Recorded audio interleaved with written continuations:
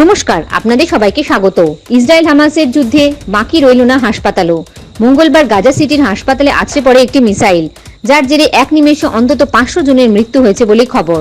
এই বিষয়ে অনেকে বলছে ইসরায়েল মেরেছে, তবে ইসরায়েল সাফ জানিয়ে দিয়েছে তারা হাসপাতালে মিসাইল মারেনি। এই বিষয়ে ভারতীয় মেজর গৌরবারিয়া কি বলেছেন শুনুন। देखिए, जो अल अली अस्पताल में ये जो बॉम्बिंग हुई है और 500 निर्दोष मारे गए, सबसे पहले तो our condolences with the families. बहुत बुरा हुआ क्योंकि वो निर्दोष थे, उनका कोई इजराइल की फौज से या हमास से या किसी से कोई लेना देना नहीं। तो पेशेंट थे अस्पताल में, उसमें कुछ डॉक्टर्स भी होंगे, ज़्यादातर पेशेंट्स होंगे 70-80%, फिर उसमें डॉक्टर्स भी होंगे, नर्सेज भी होंगे, मेडिकल स्टाफ होगा, वो सब चले गए। देखिए, बात यह है कि हमास कह रहा है कि इजराइल ने मार दिया और इजराइल कह रहा है कि हमास ने मार दिया। सबसे पहले इजराइल की बात, इजराइल क्यों मारेगा? इजराइल क्यों मारेगा अस्पताल पर बम? इजराइल की जो भी टारगेटिंग होती है, बड़ी प्रिसीजन टारगेटिंग होती है। ठीक है दोस्तों, मैं आपको बताता हूं, इसमें एक और थ्योरी निकली है इस्लामिक जिहाद की। एक ग्रुप है इस्लामिक जिहाद। इस्लामिक जिहाद ने रॉकेट मारा और इस अस्पताल को उड़ा दिया। अब कई लोग ये भी कह रहे हैं कि जो इस्लामिक जिहाद ने रॉकेट फायर करा है, तो फायर करा था इजराइल की ओर, लेकिन वो गलती से अस्पताल के ऊपर फट गया। मेरी थ्योरी कुछ और है, मैं ये नहीं मानता, मैं विश्वास नहीं करता कि गलती से यहां पे फट गया। No, not at all. मुझे लगता है कि जानबूझ के उसने अस्पताल में, यानी कि इस्लामिक जिहाद जो ग्रुप है, छोटा ग्रुप है, उसने जानबूझ के ये अस्पताल पर मारा है। टारगेट चुना हुआ था एक अस्पताल। अब अस्पताल में लोग, जाहिर सी बात है, बेबस होते हैं, मजबूर होते हैं। तभी इंसान जब बेबस मजबूर होता है तभी तो अस्पताल जाता है। खुशी से कोई अपने परिवार को ये नहीं बोलता कि यार चलो आज संडे, चलो अस्पताल घूम के आते हैं। It's not like that. अस्पताल जब इंसान बहुत बुरी हालत में होता है तभी एडमिट होता है। तो वहां पे सब जो मासूम लोग थे उनको जानबूझ के मारा गया। क्यों मारा गया? पहली बात तो ये थ्योरी ही गलत है हर्ष। ये जो थ्योरी है ना कि यार इजराइल की तरफ रॉकेट मार रहे थे, वो अस्पताल पे गिर गया, आई डोंट थिंक सो। उन्होंने 6-7 हजार रॉकेट मारे थे पहले हमास ने इजराइल के ऊपर, मारे थे ना सैटरडे को। जब उन्होंने रॉकेट मारे, करीब 6-7 हजार मारे, वो गाजा पे कितने गिरे? हमने तो एक ही रिपोर्ट नहीं सुनी कि साहब इजराइल की जगह वो खुद ही के ऊपर गिर गया। हमने तो नहीं सुना एक बार भी। तो अगर कोई ये बोले कि साहब एक रॉकेट उन्होंने फायर करा वो अस्पताल, और गिरा भी कहां? अस्पताल के ऊपर नहीं। असली बात यह है कि आज आ रहे हैं जो बाइडेन आ रहे हैं। Joe Biden is coming to Israel. वो तेल अवीव लैंड करेंगे, बेंजामिन नेतन्याहू से मिलेंगे और अमेरिका का सपोर्ट दर्ज करेंगे। ये जो देखिए, इजराइल का जो सबसे तगड़ा पार्टनर है वो अमेरिका है।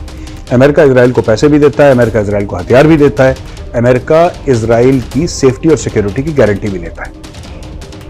ठीक है, अब हर्ष बात यह है कि अगर आप इस परिप्रेक्ष्य में देखें, इस कॉन्टेक्स्ट में देखें कि क्यों जरूरी है कि जो बाइडेन इजराइल आ रहा है, यानी कि इजराइल का जो सबसे बड़ा दोस्त है, सबसे मजबूत दोस्त है, सबसे सॉलिड पार्टनर है, वो इजराइल को यह कहने आ रहा है कि भाई मैं तुम्हारे साथ खड़ा हूं।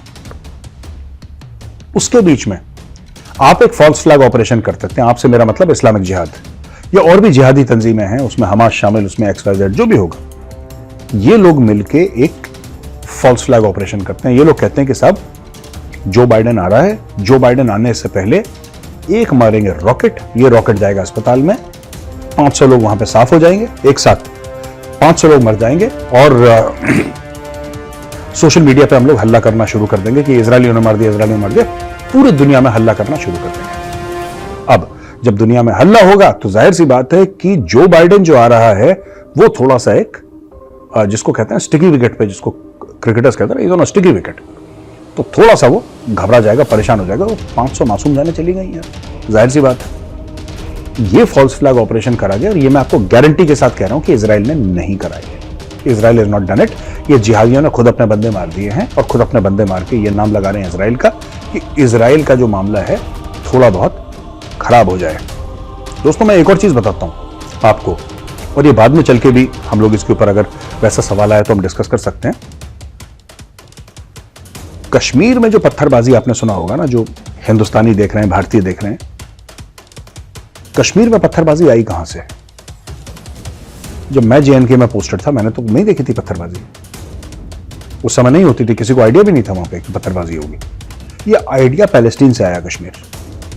पत्थरबाजी, हड़ताल, शटर डाउन, बच्चों को आगे, लगाना, जब आप गोली चलाएंगे पुलिस पे, सीआरपीएफ पे, आर्मी जब वापस आप पे गोली चला रही है तो आपने सामने बच्चों को रखा है कि अब ऑटोमेटिक फायर होता है तो गोली लगती है, जाहिर सी बात है, गोली देख के तो आती नहीं, एक बार चल गई तो चल गई, निकल गई तो निकल गई गोली, उसके बाद there is no control once is fired, बच्चा मर गया। फिर उस बच्चे के ऊपर आपने पाकिस्तान का झंडा लगाया, मैं बात कर रहा हूँ कश्मीर की, पाकिस्तान का झंडा लगाया, फिर आपने बोला कि ये नन्हा शहीद है और सबकी आंखों में आंसू आ गए और सब बड़े जज्बाती हो गए। तो ये एक रिक्रूटमेंट रैली टाइप की चलती थी कश्मीर में और कई सालों हुर्रियत ने रैलियां चलाई हैं, हुर्रियत ने काम करा है। नन्हे शहीद, ये जो नन्हे शहीद वाला मामला है, अब वो जो नन्हा था वो अगर इनकाउंटर चल रहा है आर्मी और आतंकवादियों का, आतंकवादी फौज पे गोली चला रहे हैं, फौज आतंकवादी पे गोली चला रहे हैं, वो जो बच्चा था वो क्या कर रहा था वहां पे? ये सवाल मैंने कई बार पूछा, किसी ने जवाब नहीं दिया। आप जबरदस्ती एक बच्चे को पकड़ के लाए, उसको सामने रखा, उसको गोली लगी, और जब उसको गोली लगी तो आपने बोला नन्हा शहीद। ये पैलेस्टीन का माइंडसेट है, this is the Palestinian mindset. और पैलेस्टीनियन माइंडसेट, पैलेस्टीन ने स्टोन पेल्टिंग के अलावा दुनिया को एक बहुत बड़ी चीज सिखाई है जो दुनिया में थी नहीं कभी। मैं आपको बता रहा हूं, इस लेवल पे नहीं थी। पैलेस्टीन ने दुनिया को सिखाया है कि विक्टिम कार्ड कैसे प्ले करना है। दोस्तों, ये जो कॉन्सेप्ट है ना कि हाय मैं बेचारा, हाय हाय मर गया, बड़ा परेशान हो गया, बड़ा जुल्म मेरे ऊपर करा है, ये जो विक्टिमहुड का नैरेटिव है, ये पैलेस्टीनियन से अच्छा कोई नहीं कर सकता दुनिया में। मैं आपको बता रहा हूं, जितना पैलेस्टीनियंस विक्टिम कार्ड प्ले करते हैं, हर जगह विक्टिम कार्ड प्ले करते हैं। ये अमेरिका में यूनिवर्सिटी में पैलेस्टीनियंस पढ़ रहे हैं, वहां पे विक्टिम कार्ड, ये फेसबुक पे किसी फ्रेंड के साथ राब्ते में है, किसी के साथ कांटेक्ट में, वहां पे विक्टिम कार्ड, ट्विटर पे, इंस्टाग्राम पे विक्टिम कार्ड, ये परमानेंटली विक्टिम बने हुए हैं पैलेस्टीनियंस। कुछ हो जाए ये विक्टिम कार्ड प्ले करते हैं, कुछ हो जाए ये विक्टिम कार्ड प्ले करते हैं।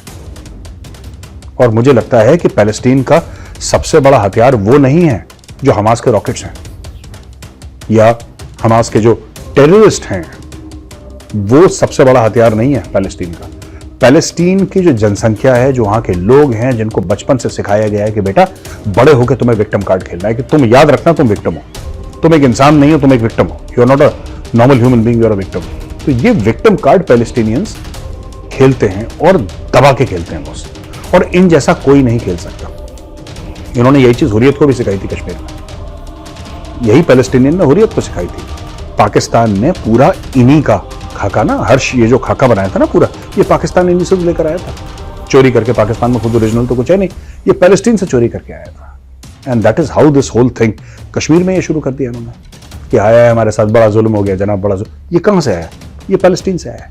वही चीज अब जब हुर्रियत को टाइट कर दिया इंडियन गवर्नमेंट ने, सब खुश है, कोई दिक्कत ही नहीं है, अब हुर्रियत को कोई पूछ नहीं रहा कश्मीर में।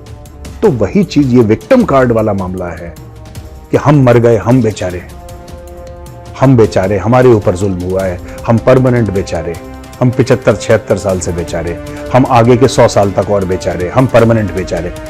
ये जो गाना है पैलेस्टीन का, ये और कोई इतना अच्छा नहीं गा सकता, इतने सुर में नहीं गा सकता जितने सुर में पैलेस्टीन गाता है। जय हिंद, जय जवान, जय किसान।